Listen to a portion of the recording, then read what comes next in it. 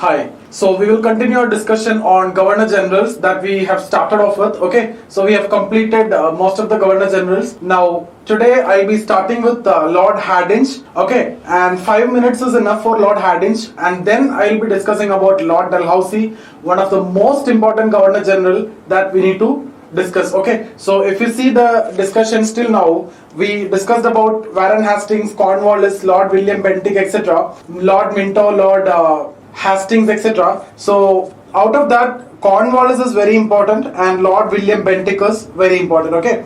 Now, after this, when you talk about Lord Dalhousie, he is going to be one of the most important Governor General in the entire history. Okay, so because of 1857 revolt, a lot of significance are attached to 1857 revolt and international movement, freedom struggle, etc. So Dalhousie is one of the most important Governor General, and in fact, there was a question in 2013 mains that Dalhousie, in all probable case, could be called as father of modern India, right? So if you have some idea about Dalhousie, you can clearly answer that question.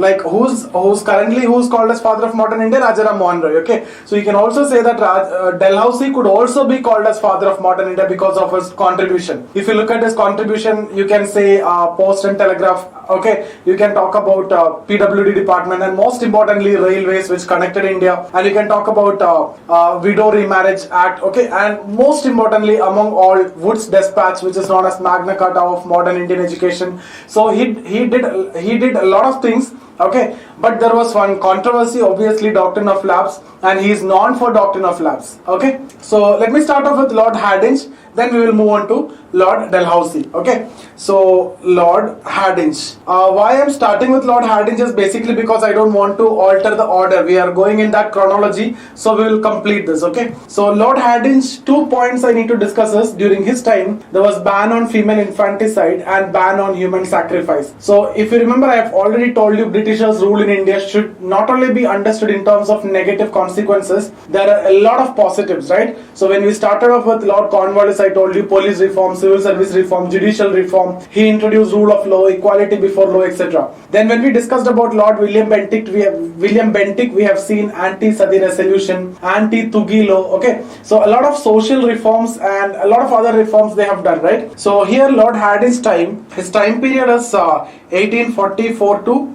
1848. Okay, so the first point that I need to discuss is ban on human sacrifice. Okay, ban on human sacrifice. So this was a very famous practice, especially among the particular tribal section, the Gonds of Madhya Pradesh. Okay, very common practice that a young male boy will be sacrificed to please or appease the god. Okay, so if you are not getting rain, or if you have certain problems, issues to the community, you sacrifice a young male boy, which is prevalent among this particular tribal sections, Gonds of Madhya Pradesh. Okay, so ban on human sacrifice. Second is ban on female infanticide. Okay, so ban on female infanticide. See, female infanticide again was a common practice in certain part of the area, and especially certain caste. Okay, like if you see Rajput caste, there were Kshatriyas, so, and they don't want to have female babies, right? So there were ban on female infanticide. See, you can see such kind of reforms during British time,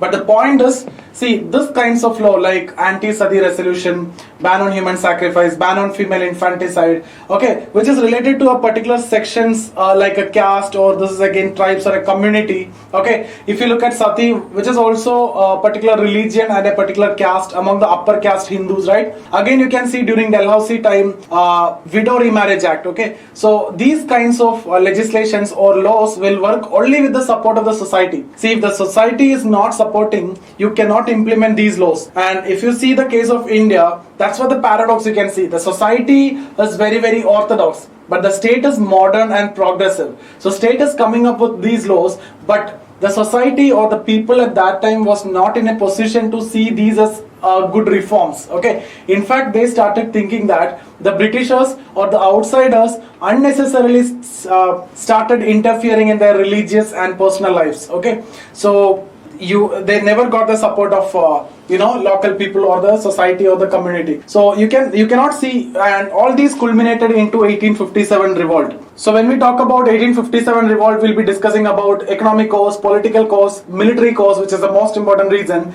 and then obviously socio-religious causes. Okay, so in that all these things will come. So this was one of the reason. These reforms that they introduced are one of the reason for 1857 revolt. The people or the upper caste Brahmins and elite Muslims, they started thinking that Britishers are unnecessarily interfering in their religion through these legislations and laws. Okay, so you can see after 1857 revolt, they are not interfering in any such religious matters, and there is no such reforms you can see after 1857 revolt, and such legislations you can see only after independence. Okay, and that was one of the things that they have realized after 1857 revolt. If you touch the religion, that will create problem and you cannot rule in India further. Okay, so you cannot see any such effort after 1857, except you can see in 1872 Universal Marriage Act was passed by Lord Northbrook. Okay, apart from that you cannot see any such reforms or legislations or laws which is touching the religion. Okay, so that's about Lord Hardinge. Now let's move on to the most important Governor General, in my opinion most important among all, that is Lord Dalhousie. Lord Dalhousie. His tenure is 1848 to 1856. Okay, I told you there is no fixed tenure for Governor General. Some will come for few months. Okay, some will come for years. If you see Warren Hastings 73 to 85, 12 years. Okay, so here 8 years. Okay, there is no fixed tenure for Governor Generals. Now 1856 he is going, he is making almost all the reasons for 1857 revolt, and he left, and Lord Canning, who is the next Governor General of India, who is coming and who is suppressing the revolt. Okay, we'll come to that. So let's look at Lord Dalhousie in detail. Okay, the first point, if you want to talk about Dalhousie, the first point is again related to D. D is matching. See, some of the students is always having a confusion between subsidiary alliance and doctrine of lapse. So you may mistakenly think that subsidiary alliance was introduced by Lord Dalhousie. In fact, subsidiary alliance question was asked this year. Okay, so it was introduced by Lord Wellesley, but doctrine of lapse is Dalhousie. So you can match with DD. Okay, so doctrine of lapse is what we need to discuss. Now, what is this doctrine of lapse? Under this, the states which did not have a direct hire will be annexed under British territory, and the state will not recognize the adopted son. So I hope you are clear with the existing situation now, because Lord Hastings times they changed their policy. They started annexing more and more areas because of two reasons. Right? Because industrialization already established in England, and if you see 1813 Charter Act during Lord Minto time, that led to end of monopoly, so many companies started coming to India. So now there is a competition, they need more market to sell their product, and they need raw materials also, right? So for these two reasons, you can see Lord Hastings time onwards, there is a change in policy that they started annexing more and more areas. Okay, so they tried a lot of methods, and doctrine of lapse is one of the method. That means if a king did not have a direct son or a direct hire, the state will be annexed to British territory, and the state is not allowed to nominate the adopted son as a successor, or the state will not recognize the adopted son as a successor. So if you don't have a direct son, that state will be annexed under British territory. Okay, so that's the idea, that's the concept of doctrine of lapse, and this is something which all of you know. Okay, there is nothing new in this, you know this from 9th standard onwards, then there is no point in discussing that, all of you know this. But whether it is applicable to all the states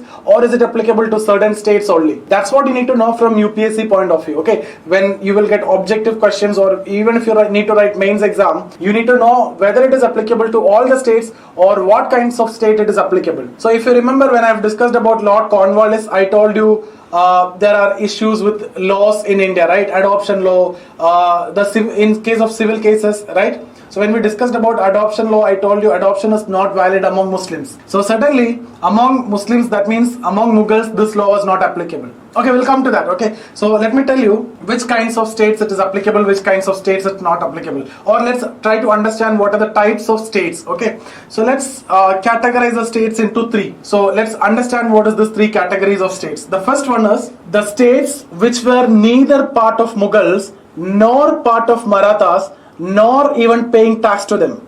Okay, so what I mean is, they are not part of Mughals, they are not part of Marathas.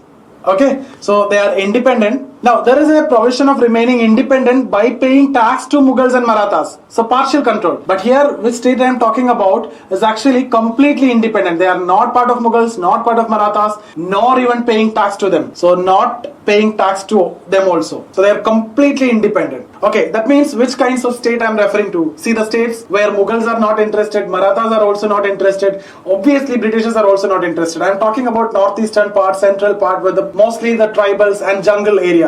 Okay, so they were independent. So this is the first category of state, and the point is doctrine of lapse is not applicable in this state. That means the king or the ruler can nominate anyone as their successor, whether adopted son or any son, they can nominate as the successor. So doctrine of lapse is not applicable in this kinds of state. I hope you understood the first category. The states which were neither part of Mughals nor part of Marathas nor paying tax to them. Okay, so doctrine of lapse is not applicable here. You can nominate anyone as a successor. You don't want the permission of anyone. So Mughals are not interested in these states. Marathas are not interested in these areas. Britishers are also not interested. Mostly jungles and tribals. Okay, so what will be the second category of state?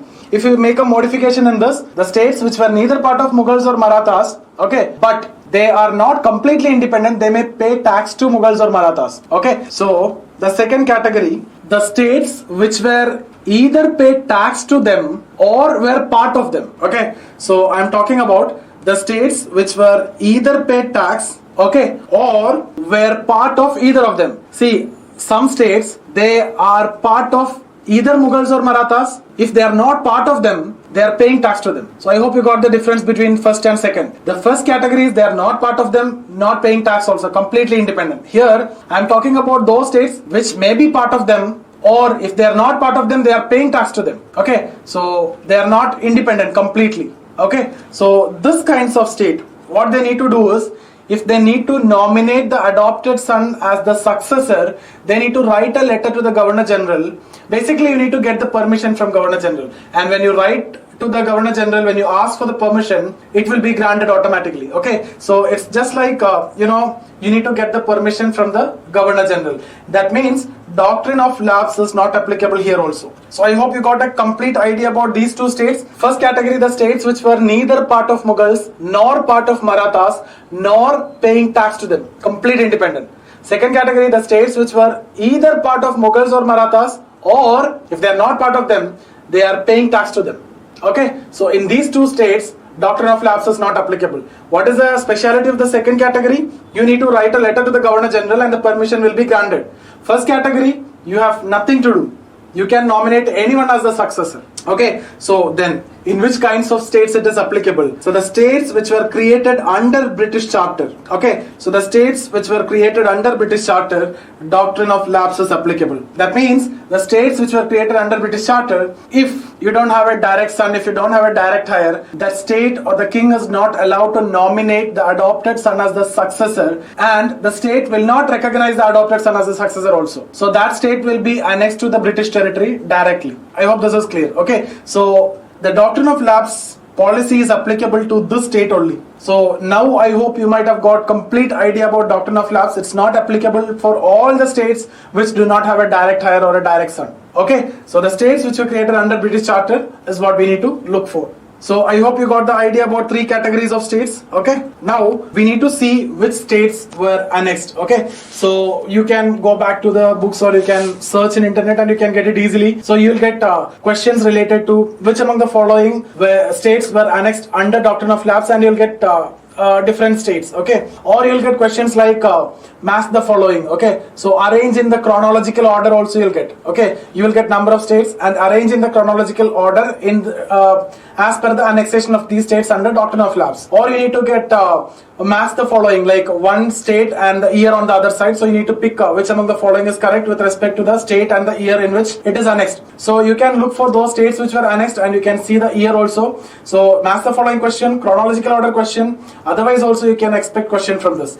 And these 3 points also you need to remember. Okay, so if you get this question in mains, you should write all these things. That's the advantage that you're going to get, because you may not get this from the textbooks. I'm sure for that. Now if you look at the states which were the victims of this policy, the states like Satara, Jaipur. Okay, see, you can refer to this. There is no point in wasting time in this. Okay, Jaipur, Sambalpur. Okay, Bhagat, Sambalpur, Bhagat, Udaipur, Jhansi, and Nagpur. Okay, so these are the states which were annexed under doctrine of lapse, and you can see some more states also if you go to the internet. Now if you look at this, you can understand one thing: only Hindu states were annexed. Why? Because I already told you when we discussed about Lord Warren Hastings and the civil cases, adoption is not valid among Muslims. So there is no concept of adoption among Muslims, so no need to have this kind of law among Muslims. Okay, so the states which were annexed under this policy, if you look at this, all were Hindu states. So the most important point in Dalhousie, time is over. Now let's look at the next point. Okay, so we are going in the chronological order. So there was a war in 1848-49, the second Anglo-Punjab war.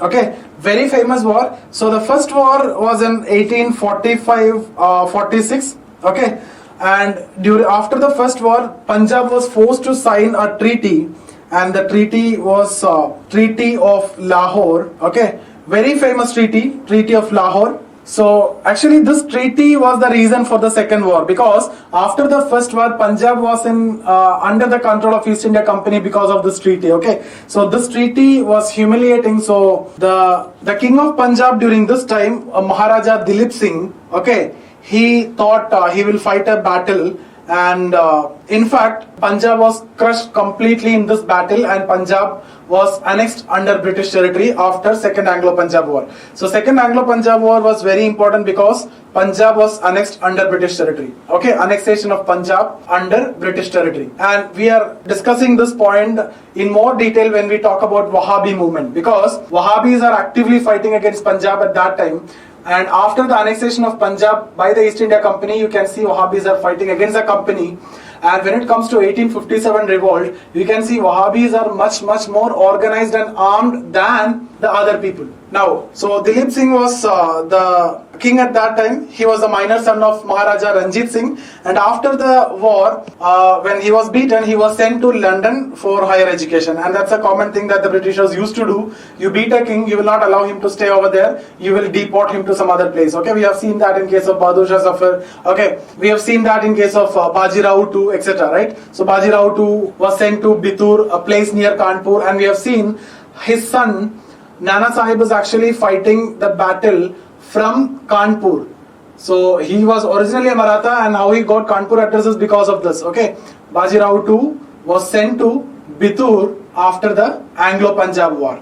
Okay, now why this war was important is because after this Punjab was completely under the control of British, and Punjab, keep in mind, was a huge big territory. It comprised of India's Punjab, Pakistan's Lahore, Himachal Pradesh, Haryana, etc. Such a huge territory. Very important. Okay. Now, next important point that we need to discuss under Dalhousie is, okay, railways, which is also very important, not from point of view of the prelims, okay, because in prelims hardly you will get questions like, you won't get a question, okay. See, railways was introduced in 1853. First was from Bombay to Tana, okay, 34 kilometer. That's a fact that you need to know. Introduced by Lord Dalhousie, 1853, Bombay to Tana, 34 kilometer. Now, the most important point is actually the impact, okay, which you will be getting question in mains, okay. So if you look at the impact, what we can have a lot of points, okay. So I'll give you two important points as positives and two important points as negative, okay.